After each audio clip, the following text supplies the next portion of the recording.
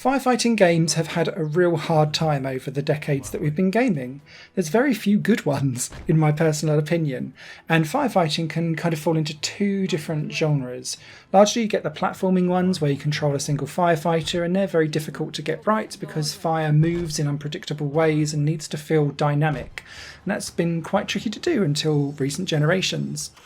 The more successful ones have generally been the strategic ones, and the best example of firefighting in this kind of field is the Flashpoint game, and there is a digital adaptation of the board game, which I do recommend. And it's turn-based, you kind of move around in your squad and then you tactically fight the fire and rescue survivors and so on and so forth. The reason why FireSquad really interested me was because it's basically saying, we do the Flashpoint thing, but in real time. And I thought, ooh, that could be quite juicy if it's done well. Sadly, it's a mixed bag, but I think some people will enjoy it. It's just there's some issues that really need to be resolved with this game to make it really competent and feel like it's a worthwhile investment, especially when you've got Flashpoint already on the market. FireSquad feels like Flashpoint meets Diner Dash or Build-A-Lot because it feels like a time management game rather than a strategy game. And that's because you control 4 different firefighters dropped in to various points on a level.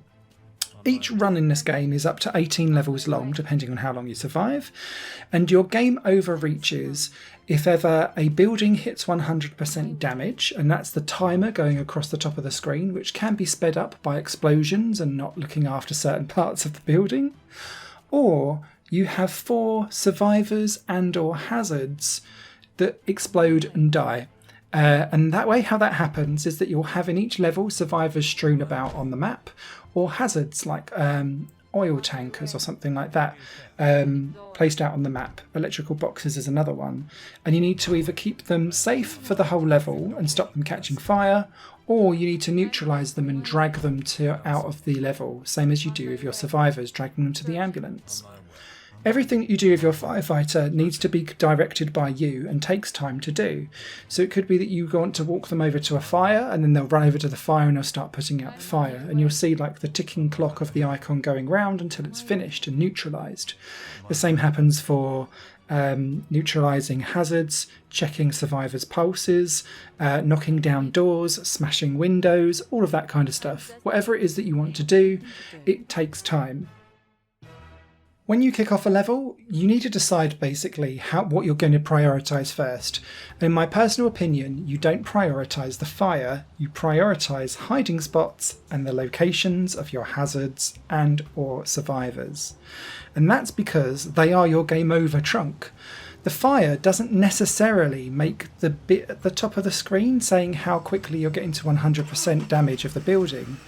It goes up anyway, so it doesn't really relate to what's going on with the fire around you, and that took me a while to kind of understand and get used to. So, prioritise your survivors, prioritise your hiding spots where a survivor or a hazard could be found, and you need to get round them all and rescue everything or neutralise everything to survive that level. In doing this, you will click on a firefighter and move it to its location, but sadly your firefighters don't have too much of an iota of a brain. They'll kind of look to one square around them, but beyond that they just stand there, and so they need your constant input. The problem around this is that the actual finesse of being able to click on things and move them to a location is really rugged. Quite often I thought that I'd clicked on a location and they ran there and stood next to something, and then you'd have to redo something.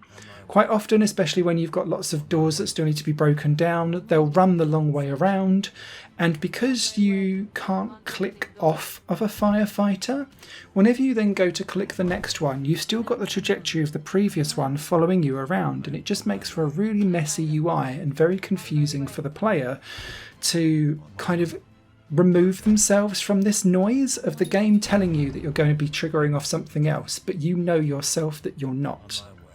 There's also scenarios where the overlays of the timer on the top blocks some of the stuff of the building, and some of the stuff to the side where you're dropping off your survivors or hazards is so far to the side of the screen that sometimes it's either blocked or not really made easily spottable.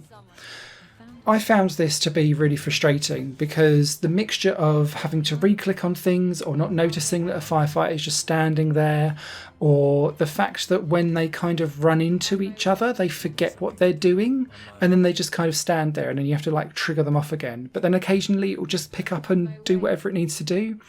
Gets really, really frustrating. The other problem is that sometimes they stop for fire, sometimes they don't, and they'll just walk around, and there's no rhyme or reason as to what to do so.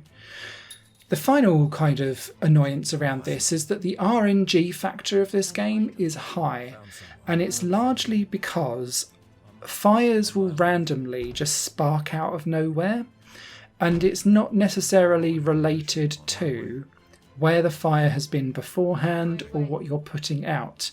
Yes, fire does spread if you just leave it alone, and it will slowly kind of spread out and form its own pattern in time.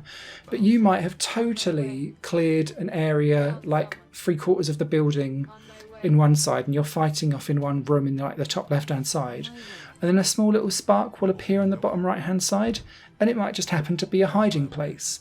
And I had that happen quite a few times, which meant that it didn't matter how good I was playing. Sometimes I just lost a life anyway because the game decided in RNG to spark the fire there. That's really unfair from a player's perspective, and yes, that might be life for fires in real life, but nope, that's not how it should work in the game. So yeah, a few things to really, really sort out. I don't mind the fact that the graphics are a bit wonky. I do think the sound needs a little bit of variation, but it's all around this clicking controls and messy UI that doesn't change up what you're doing because you can't cancel things. That just makes this game very, very confusing. It's very hard as well, especially on the medium and harder difficulties because of that RNG factor and the fact that after each level you have to add in a multiplier kind of thing for making either fire go fast or more hiding spots or more damage at the beginning of a building, so that the levels get progressively harder. Every second level you also get the opportunity to upgrade your fire crew though, so you could make them move faster, put out fires faster, carry things quicker. In general, I went for movement over everything else because that was the key for me, being able to keep up with everything that was going on around me. So yeah, bit of a missed opportunity this one, rough around the edges. Maybe if the developers were able to sort out this whole UI and clicking of things, there's a okay-ish game here somewhere. But at the end of it, I kept on thinking, Flashpoint does this better, and it's really that distinction between, are you okay with going turn-based, in which case Flashpoint over this every day of the week. If you want that real-time stuff, then FireSquad absolutely has its own individual personality to give. It's just a bit wonky around the edges. Written review over on highplanegames.com. Take care. Higher Plane Games is part of the Higher Plane Network, a completely independent media outlet supported by people like you. The goal is to create the best possible content that cultivates a richer indie scene for games as well as music and entertainment. To find out more and to get involved, visit patreon.com/higherplane-network. Your support makes all the difference, and in return you'll gain access to bonus content and downloads. Thank you for watching.